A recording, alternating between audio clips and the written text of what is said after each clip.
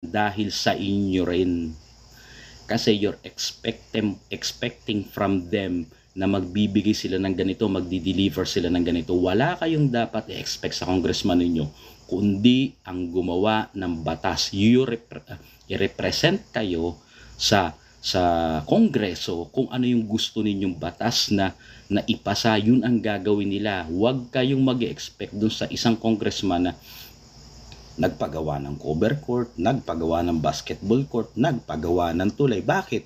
Siyempre, iyon ang thinking ninyo. Siyempre, gayang mga yan, gagawa ng paraan pa paano ma-deliver yung mga ano ninyo, mga kapritsyo ninyo. Di ba? Oh, may kapritsyo kayo eh. Tapos ngayon reklamo kayo. Di ba? Kapritsyo nyo yun. Di ba? Trip nyo yun eh. Ibinigay sa inyo ni congressman. Oh, ngayon naman, di ba? Nang bumoto at nasanay na sila sa ganong kaugalian, sisisihin nyo bumoto sa impeachment. I don't think so. Kayo din ang dapat i-blame doon. Ang kagandahan nga lang, sabi na nga namin, is smoke screen nga lang to, di ba? Pero nakikita natin yung totoong, kumbaga, kultura sa politika na kung sisisihin ninyo, hindi mo dapat sa asahan ng congressman mo nagpapagawa ng kung ano-ano at mamimigay. Wag nyong aasahan 'yon. Wag niyo aasahan kasi ang trabaho nun nandun eh sa batasan ng trabaho nila. Kung gusto niyo ng mga pamburol, pang-ospital, punta ka ng DSWD, 'di ba? Maging mature na tayo kasi during the time of former President Duterte, naging gano'n na tayo eh, 'di ba?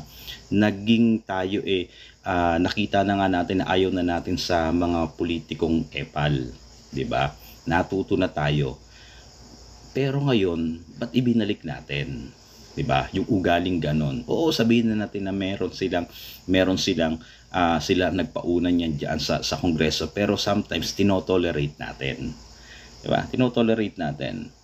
So, isa sa tinitingnan ko dito na kinakailangan gawin ng mga Pilipino is tadtarin natin sila, 'di ba? Katulad yung ginawa nyo kay Kimbo. Di ba maganda yun? Nagtanggal ng comment section si Kimbo. Di ba? Yun. Ipakita ninyo. Siguro, dalawang congressman pa lang nakita ko na umiikot yung kanilang videos dito sa social media na nagpapaliwanag.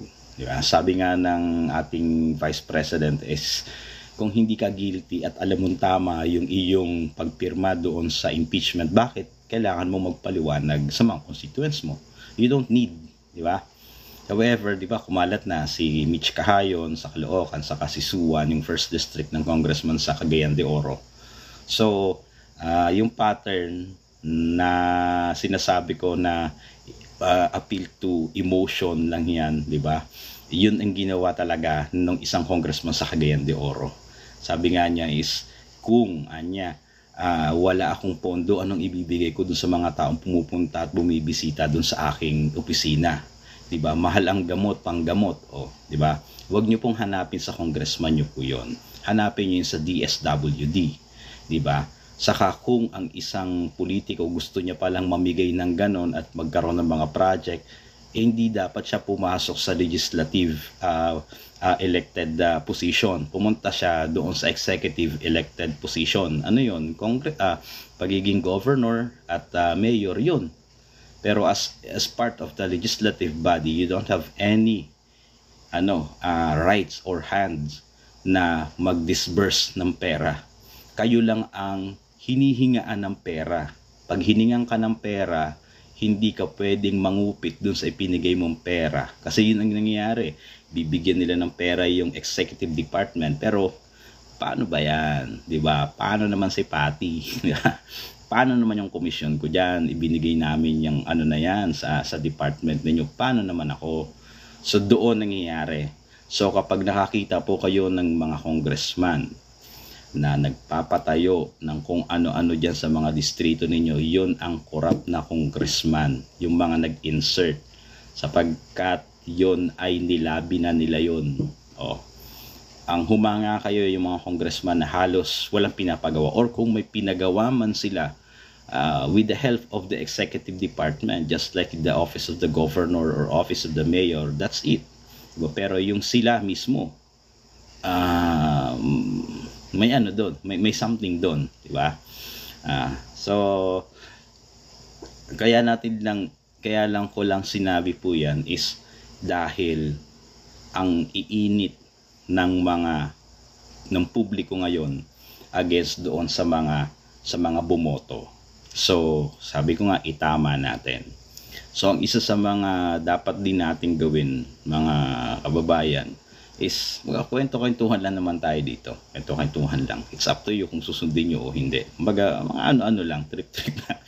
Yung bakit natin, yung tatakbo ng mga senatoriables ngayon. Iiwanan natin yung mga congressman kasi alam nyo na yung gagawin dyan, alam nyo yung diskarte dito sa social media.